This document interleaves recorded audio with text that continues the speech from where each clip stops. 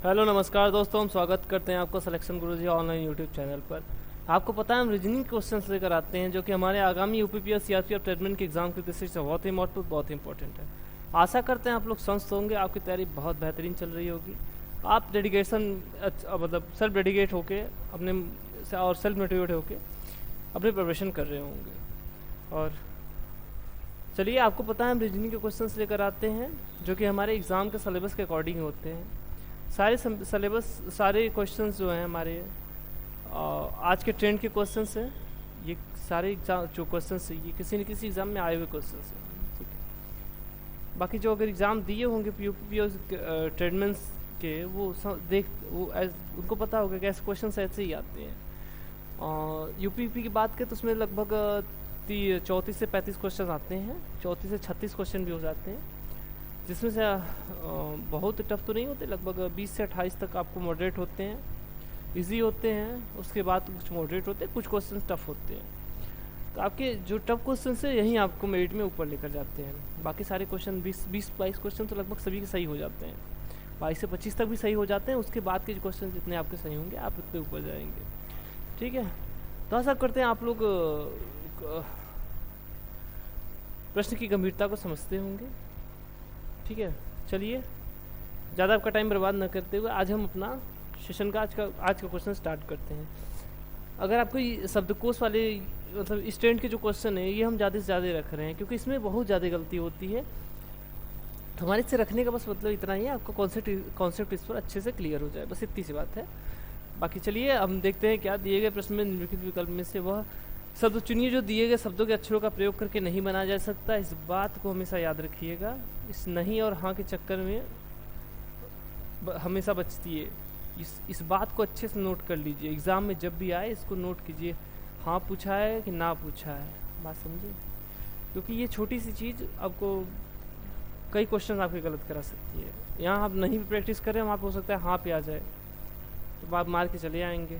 चलिए देखिए क्या है, सस्पेंसफुलनेस है, सस्पेंसफुलनेस है। और इतनी बड़ी स्पेलिंग है, इसमें स्वर देख लेंगे, हम अब लिखेंगे नहीं, बस ऐसे ही देख लीजिए। स्वर कितने हैं, ई ए नहीं है, नहीं ई आया है, आई वो भी नहीं है, ओ वो भी नहीं, यू दो ठो आया हुआ है, ठीक। चेक कर लें, देखिए दो ठो ई है, यू ई है, इसमें ई डबल यू है, ये भी इसमें यू ई है, ये सब हो जाएगा, मतलब स्वर से हो जाएंगे, स्वर से नहीं काटा जा सकता। सेंस डबल एस आया है, हाँ पीछे लास्ट में देखिए डबल एस आया, यन भी आया, डबल भी आया, एफ आया है, एफ और यल देख लीजिए। Fullness full F U L F L दोनों आ गया, यूज़फुल यूज़ भी आया है, और एफ यल और यस चेक ही कर चुके हैं। यहाँ देखिए डबल एल आया हुआ है, यहाँ देखिए सिंगल एल है, बस एक ही एल है पूरे में, तो क्या होगा हमारा ऑप्शन नंबर डी नहीं बनाया जा सकता। समझ गए, ये बहुत इजी क्वेश्चन है लेकिन बहुत टिपिकल क्वेश्चन है। ये एग्जाम टाइम में ना आपके 15 से 20 सेकंड में आप कर लिए तो ठीक है, अगर 30 से 35 सेकंड ले रहे हैं तो बेकार है, फिर हो जाएगा। लेकिन यहाँ से आपको टाइम बचाना है यहाँ से। और हाँ, कृषि के साथ ये नहीं कि जल्दी जल्दी में गलत मार के आप टाइम बचा रहे हैं। चलिए आज का अगला क्वेश्चन देखते हैं। बैड को यदि किसी कोडिंग, हमारा अगला क्वेश्चन कोडिंग से है। एक विशिष्ट कोड भाषा में बैड को 7 लिखा जाता है तथा शेप को 9 लिखा जाता है। इस कोड भाषा में बैन को किस प्रकार लिखा जाएगा। बैड देखिए बी ए डी, यही होगा कोडिंग, इसका 2 होगा, इसका 1 होगा, इसका 4 होगा। अगर इनको सबका सम कर लें यानी ऐड कर ले, जोड़ कर लें तो क्या आ जाएगा, 2 1 3 4 3 7, यानी क्या कर रहा है, सभी कोडिंग को जोड़ रहा है। अगले में भी चेक कर लीजिए क्या है, एस ए पी, यस का क्या होता है 19, इसका 1, इसका 16, ठीक है।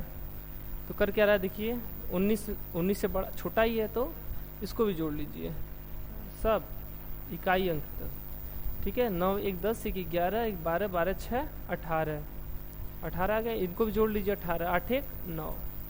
समझ गए, इकाई अंक पे जा रहा है, बस इकाई अंक में लिख रहा है जोड़ के। पूछा हमसे किसका है, बैन का पूछा है, बी ए एन, बी का 2, इसका 1 और ये एन का 14, 2 1 3, इसको भी जोड़ लीजिए, 2 1 3 1 4 और 5 4 9, कितना आ गया 9 आ गया। फिर से देखिए 2 1 3 1 सॉरी 2 1 3 1 4 4 4 8 सॉरी 8 आएगा, 8 आएगा। ऑप्शन नंबर हमारा सही हो जाएगा। बहुत इजी क्वेश्चन था, ठीक है। सबके कोडिंग को जोड़ रहा है। आप हमारे साथ अगर लगातार प्रैक्टिस करते हुए होंगे तो हमें नहीं लगता आपको इसमें थोड़ी सी भी दिक्कत होनी चाहिए थी। तो हमको आपको कर वर्क दे देना चाहिए उसको। चलिए अगला प्रश्न देखिए हमारा, निम्नलिखित प्रश्न में किन्हीं दो गणितीय संक्रियाओं को आपस में परस्पर बदल दिया जाए तो समीकरण उसको सही कीजिए। कौन सा चिन्ह बदलने पर सही आ जाएगा? फिलहाल अभी तो सही नहीं आ रहा है। 9 3 27 4 2 8। देखिए अभी कितना आ रहा है? 27 + 2 - 7 कितना आ रहा है? 22 आ रहा है। अभी के जो चिन्ह है इसका देखिए, गुणा और माइनस चेंज करने के लिए कराया है हम। देखिए अब चेंज करके नहीं रखेंगे इसमें, ठीक है। आपको मुजवानी करनी है, नहीं चलिए करवा देते हैं, हटाइए। गुणा चेंज करेंगे, यहाँ पर क्या आ जाएगा? गुणा की जगह माइनस करेंगे, 9 - 3 आ जाएगा। 9 - 3 कितना होगा? 6 हो गया। उसके बाद प्लस है, प्लस लगा लीजिए। फिर क्या किया? माइनस की जगह गुणा, गुणा की जगह माइनस, ठीक है। 4 में 8 का भाग दे दीजिए, सॉरी 8 में 4 का भाग दे दीजिए, 2 आ गया। अब माइनस की जगह क्या रखना है? गुणा रखना है, गुणे 7। 7 दूना 14, 14 6 20 कितना आ जाएगा? 20 आ जाएगा। लाना कितना है? ये ऑप्शन सीधे सीधे गलत हो जाएगा। यहाँ देखिए प्लस का भागा से, यानी प्लस की जगह भागा, यहाँ भागा आएगा तो 9 × 3 9 3 27 में 8 का भाग देंगे तो कुछ देखिए दशमलव में आएगा, बट्टा में आएगा, लेकिन हमको पूर्णांक में चाहिए, तो ये सीधे सीधे खत्म, ये नहीं हो सकता ऑप्शन। यहाँ देखिए प्लस का माइनस से, प्लस का माइनस से, तो यहाँ देखिए 9 3 27, अगर यहाँ माइनस कर देते हैं 27 में से 4 दूनी 8, 8 7 15, तो नहीं आएगा, समझ गए। यहाँ देखिए गुणा और भागा बदल के देखिए, अब कुछ नहीं ऑप्शन, तो यहाँ ऑप्शन सही होगा ही होगा। गुणा का भागा से नहीं 9 भागे 3, नहीं तो प्लस 8 गुणिते 4 - 7, समझे। 3 दूना 3, 3 3 का 9, 3 आ गया, प्लस 8 चौक का 32 - 7, ठीक है। चलिए क्या कर लीजिए इसको, हाँ 32 में से 7 घटा दीजिए, कितना आ गया? 25 आ गया। 25 में 3 जोड़ लीजिए, 25 3 28। ऑप्शन नंबर हमारा डी सही हो। क्या करना है? गुणा को भागा से परस्पर बदल देना है, ठीक। चलिए आज का हम अपना अगला क्वेश्चन देखते हैं। अच्छा, अगला क्वेश्चन हमारा ब्लड रिलेशन से है।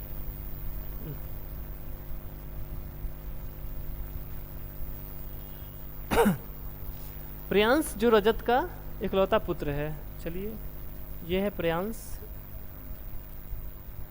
PRY, ठीक है। ये प्रियांश, ये किसका पुत्र है? ये रजत का पुत्र है, ये रजत का इकलौता पुत्र, चलिए इकलौता पुत्र है। प्रियांश जो रजत का इकलौता पुत्र है प्रकाश से कहता है, प्रियांश कह रहा है किससे? प्रकाश से, तुम्हारी माँ वीणा मेरे पिता की बहन है। किसके पिता की? प्रियांश के पिता की बहन कौन है? वीणा, या ने और डी दोनों लिखते हैं, कोई मतलब नहीं, आप कुछ भी लिखिए।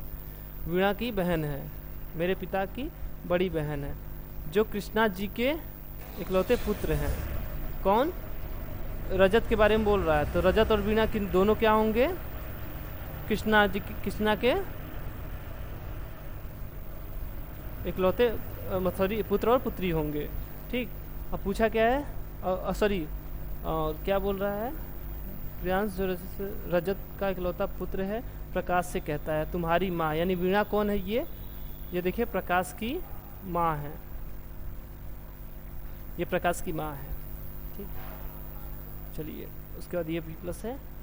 अब क्या बोला है? रजत प्रकाश से किस प्रकार संबंधित है? रजत प्रकाश से किस, इसके बारे में पूछ रहा है, इसका संबंध इससे पूछ रहा है। बात समझे?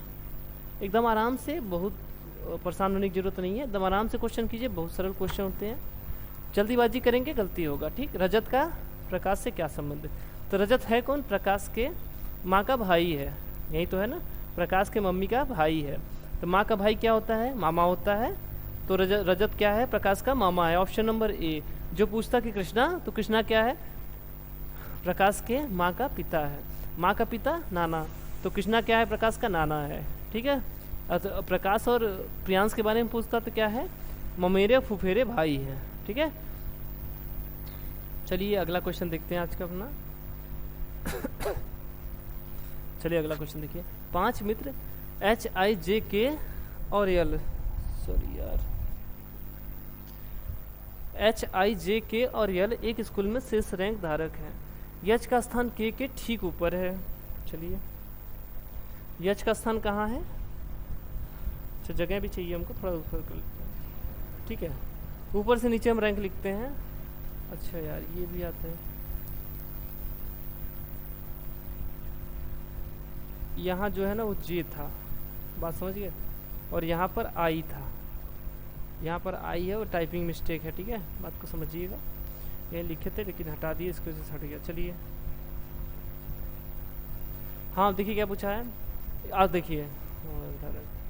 यच का स्थान K के ठीक ऊपर है। यच का स्थान कहाँ है? K के ठीक ऊपर कौन है? जस्ट ठीक ऊपर है यच। और क्या बोला है? ठीक ऊपर है। और यल के ठीक नीचे है। यच का स्थान K के ठीक ऊपर है, यल के ठीक नीचे है। यहाँ हो गया। और उसके बाद देखिए क्या बोला है, आई, यहाँ पर आई शीर्ष रैंक पर है, मतलब आई एकदम ऊपर है। यहाँ पर कौन है? आई है। आई शीर्ष रैंक पर है और सबसे नीचे रैंक पर, सॉरी, और जे सबसे नीचे रैंक पर नहीं है।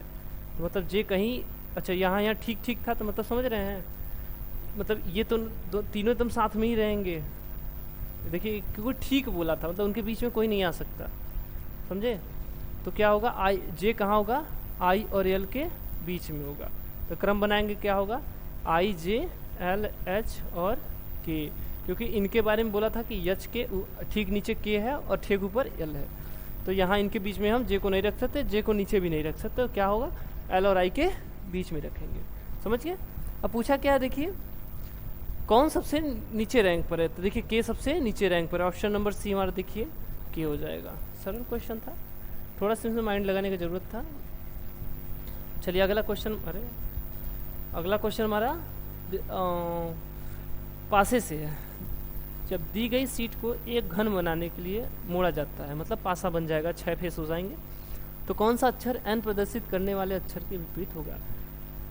जो ऐसे आपको पासा फैला कर आए, तो इसमें हमेशा याद रखिए, देखिए इसका अपोजिट ये होता है, इसका अपोजिट ये होता है, और जो एक बचा वो इसका अपोजिट होता है। समझ गए?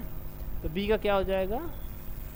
एच, और जेड का क्या हो जाएगा? डब्लू। बचा कौन? यन का क्या हो जाएगा? ई हो जाएगा। पूछा क्या था?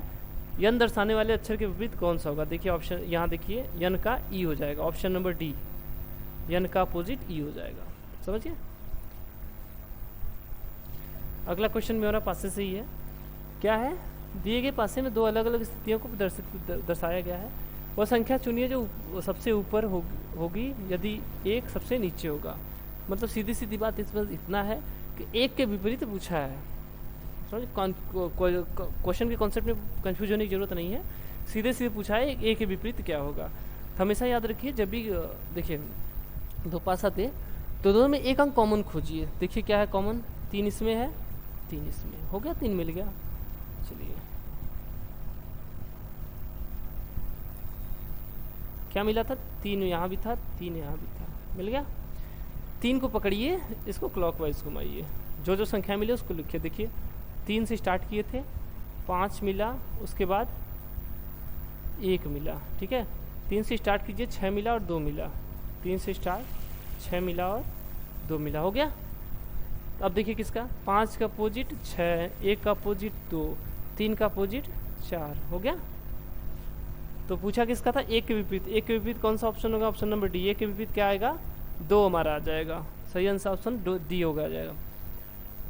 ऐसे आए तो बस कुछ नहीं, बस पकड़िए क्लॉकवाइज या एंटी क्लॉकवाइज, जिस दिशा में एक ही दिशा में घुमाइए, वो मिल जाएगा।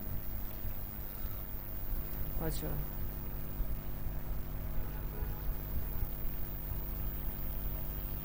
चलिए ठीक है, और चलिए क्वेश्चन देखते हैं। बढ़िया क्वेश्चन है ये सीजीएल के पूछे गए क्वेश्चन, ये सीजीएल का पूछा गया क्वेश्चन है। ठीक है, इसमें हम आपसे जब इस तरह के क्वेश्चन इस तरह से जब क्वेश्चन आए तो हमेशा याद रखिए उसी रेफरेंस लाइन को लीजिए जो ये दिया हुआ हो, जिसके बारे में दिया हुआ हो आगे। देखिए क्या बोला है, मनोज आइफ के पिता की बहन का पुत्र है। आइफ यानी ये हमारा कौन हो गया, आइफ हो गया, एपी लिख देते हैं। आइफ के पिता यानी इसके पिता कौन हो गए, यफ मान लेते हैं, इसके फादर हैं। आगे कुछ मिलेगा तो देख लें। पिता की बहन यानी इसकी सिस्टर, ठीक है। का पुत्र कौन है, का पुत्र मनोज है, ये मनोज है।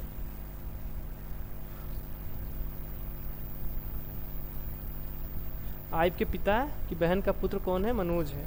इतना हो गया, एक लाइन हो गया।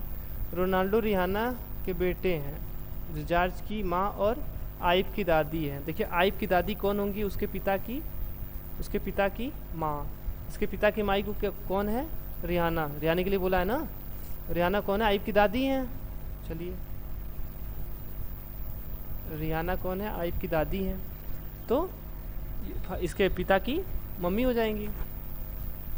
और क्या बोला है, रोनाल्डो रिहाना के बेटे हैं, और तब रोनाल्डो कौन है, इसके पिता के भाई हैं। रोनाल्डो कौन है, इसके पिता के भाई है, तभी तो रिहाना के पुत्र होंगे। रोनाल्डो रिहाना के बेटे हैं, जो जॉर्ज की माँ है। चलिए मतलब ये भी इसके भाई हैं, और जॉर्ज भी इनका भाई है। सब ये अभी चारों ये भाई बहन है, ठीक है। इस लाइन में जितने हैं ये सब भाई बहन है, ये एक जनरेशन की लाइन है।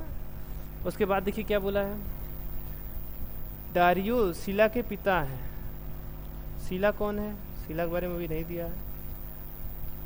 डारियो सिला के पिता हैं। रेहाना डारियो की पत्नी है। अच्छा, रेहाना डारियो की पत्नी है।